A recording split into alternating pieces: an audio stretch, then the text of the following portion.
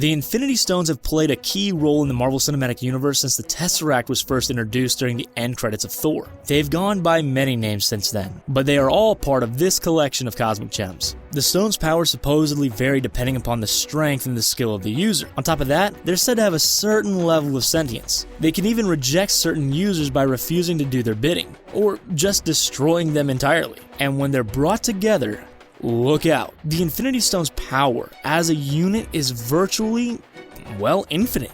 We saw just how powerful they could be in Avengers 3 when Thanos used them to eliminate half of all life in the universe.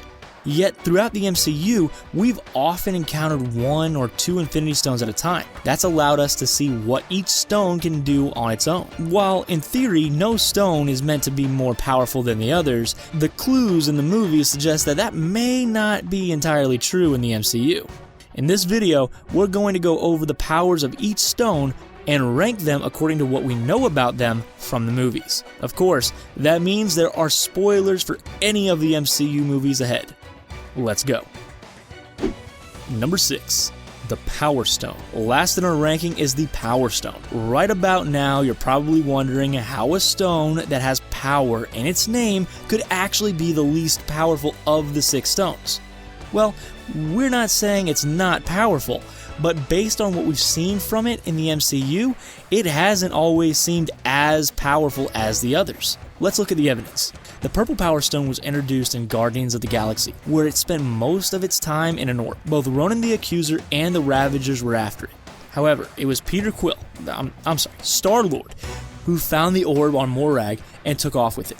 At the time, he had no idea what he had. He and the Guardians attempted to sell it to the Collector, but when his servant attempted to use it to gain her freedom, it destroyed her. Ronan got the stone and put it in his warhammer with the intent of destroying the planet Xandar. The thing is, that didn't really work out. Ronan managed to take out some of the Nova Corps fleet that resided on Xandar, but his plan to destroy the planet was a big failure.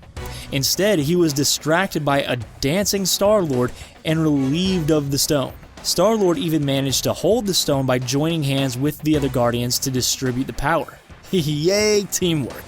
So in the MCU, the Power Stone's main power seems to lie in destroying things, and it doesn't seem to do that especially well. While it could destroy an entire planet, not just anyone who wields it will be able to accomplish that feat. In addition to its destructive powers, the Power Stone is also supposed to be capable of increasing the power of the other 5 stones.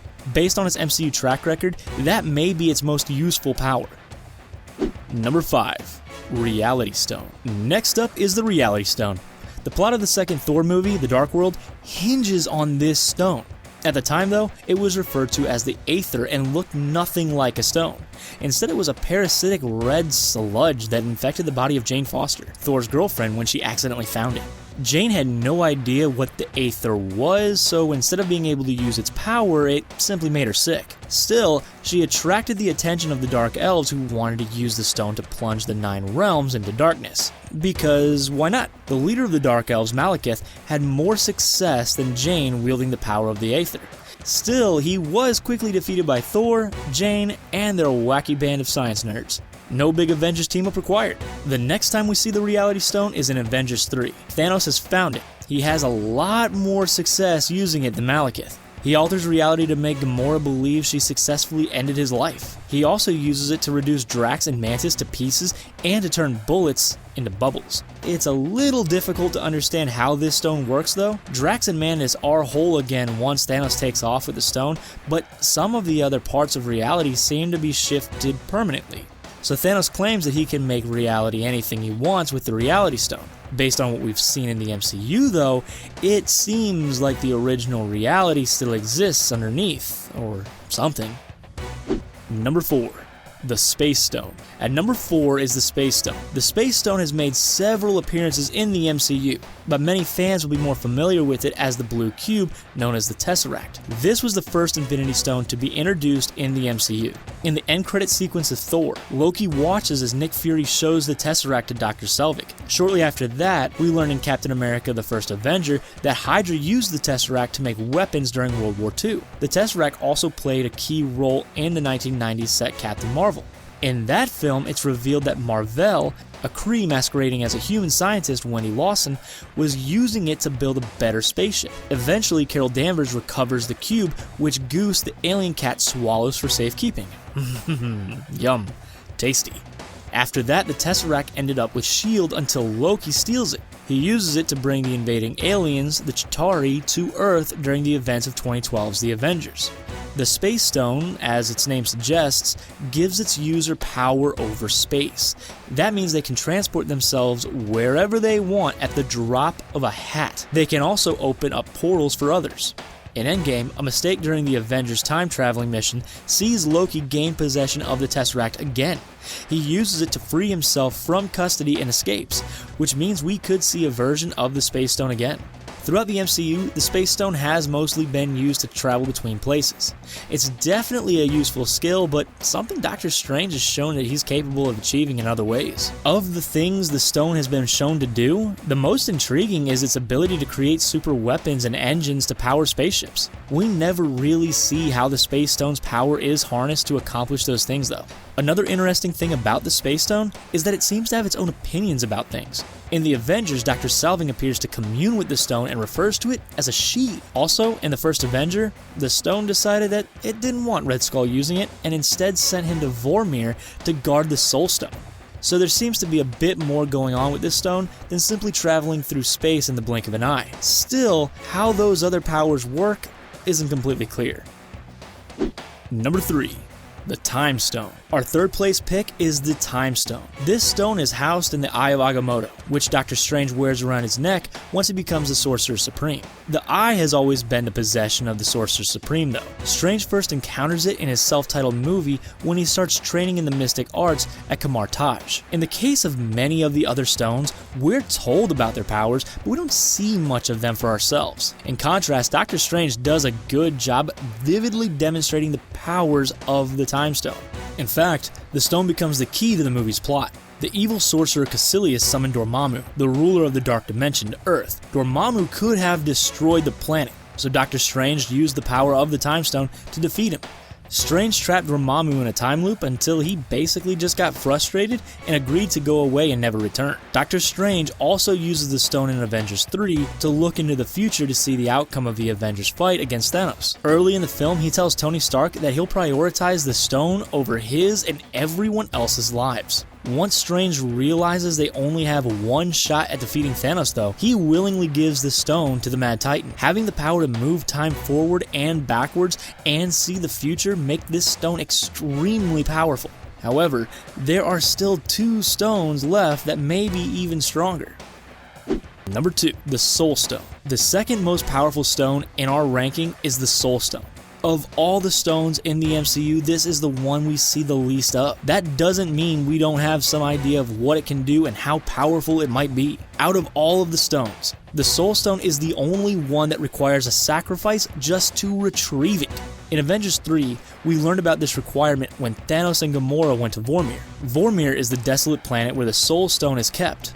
In fact, the planet's only purpose seems to be to house the Soul Stone. In exchange for the stone, the person seeking it must end the life of someone they love. It's an even exchange, a soul for a soul. It's also a bargain most people would never take. Yet in Avengers 3 and 4, 2 characters met their end because of this requirement. First, Thanos tossed Gamora, the only being in the world he loved, off a cliff. Thanos was one of the few beings in the universe who would prioritize power in pursuit of his goals over the life of the one he loved. In Endgame, Natasha Romanoff gave her life under similar circumstances. She and Clint Barton travel back in time to Vormir to get the stone before Thanos. This time though, neither friend wants to give up on the other. They have a knockdown, drag-out fight to determine who will sacrifice themselves for the stone that ends with Natasha at the bottom of the cliff. While Clint didn't purposefully exchange Natasha's life for the stone, apparently her demise was enough. While the stone demands a high price, we see very little of it working on its own. But those instances indicate the stone's incredible power.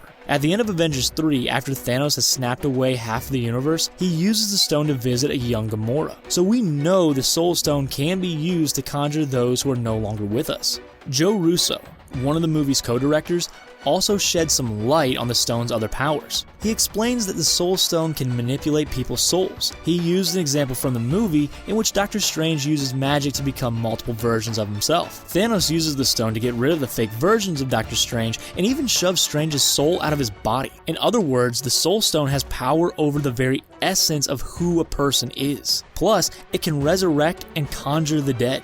Those are god-level powers. So even though we haven't seen them all in action, the Soul Stone seems like it contains unbelievable powers.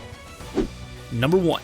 The Mind Stone. At number 1 in our ranking is the Mind Stone. From its first appearance, the Mind Stone seemed to be the stone that has the most importance to the MCU. Let's count the many ways the Mind Stone has played a key role in the events across the Marvel Universe. We were first introduced to the Mind Stone in the Avengers. The stone was housed in a scepter, and it quickly became clear that it could be used to control people's minds. In the movie, Loki hypnotized Clint Barton, aka Hawkeye, and Dr. Selvig with it to get them to help him carry out his evil plan.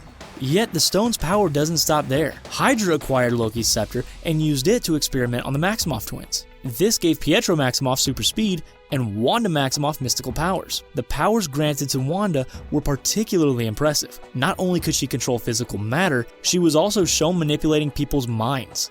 In Avengers Age of Ultron, she makes all of the Avengers hallucinate different scenarios. After the Avengers acquire the stone, Stark uses it to create Ultron. Ultron was meant to protect the planet and keep the peace. It quickly decided that humans were the real problem though, and turned on the Avengers. Later, the stone is used to create Vision, who does ally with the team. In fact, Vision wears the stone on his forehead and it grants him incredible powers. Interestingly, one of those powers isn't mind control. Instead, he can shoot energy blasts, phase through solid objects, and fly. In Avengers 3, to prevent the stone from falling into the hands of Thanos, Wanda must use her powers to destroy it. It seems she's the only one who's strong enough to do so, which is another indication of just how much power she got from the stone. Of course, by then, Thanos had the Time Stone, so he just did a quick rewind to restore the Mind Stone and take it for himself. Nonetheless, the stone's versatile powers throughout the MCU are undeniable. And there's one more curious thing about this stone that puts it at number 1 on our list. Marvel's official character page for Loki confirms what many fans suspected. The Mind Stone controlled Loki and his actions in the Avengers. The Mind Stone made him more evil than he would have been on his own. In other words, the Mind Stone was using Loki to carry out its own agenda. This opens up the possibility that the stone was even responsible for Thanos' plans to decimate the universe in the first place. After all, Thanos was the Mind Stone's original owner. It's quite possible he fell under its influence as well. So, at least as far as the last 11 years of the MCU go, the Mind Stone has proven to be the most important and most powerful of the Infinity Stones. Do you agree with our ranking of the Infinity Stones? Share your perspective in the comments down below. And if you liked this video, don't forget to give it a like and subscribe to The Binger for more awesome pop culture content. Thanks for watching.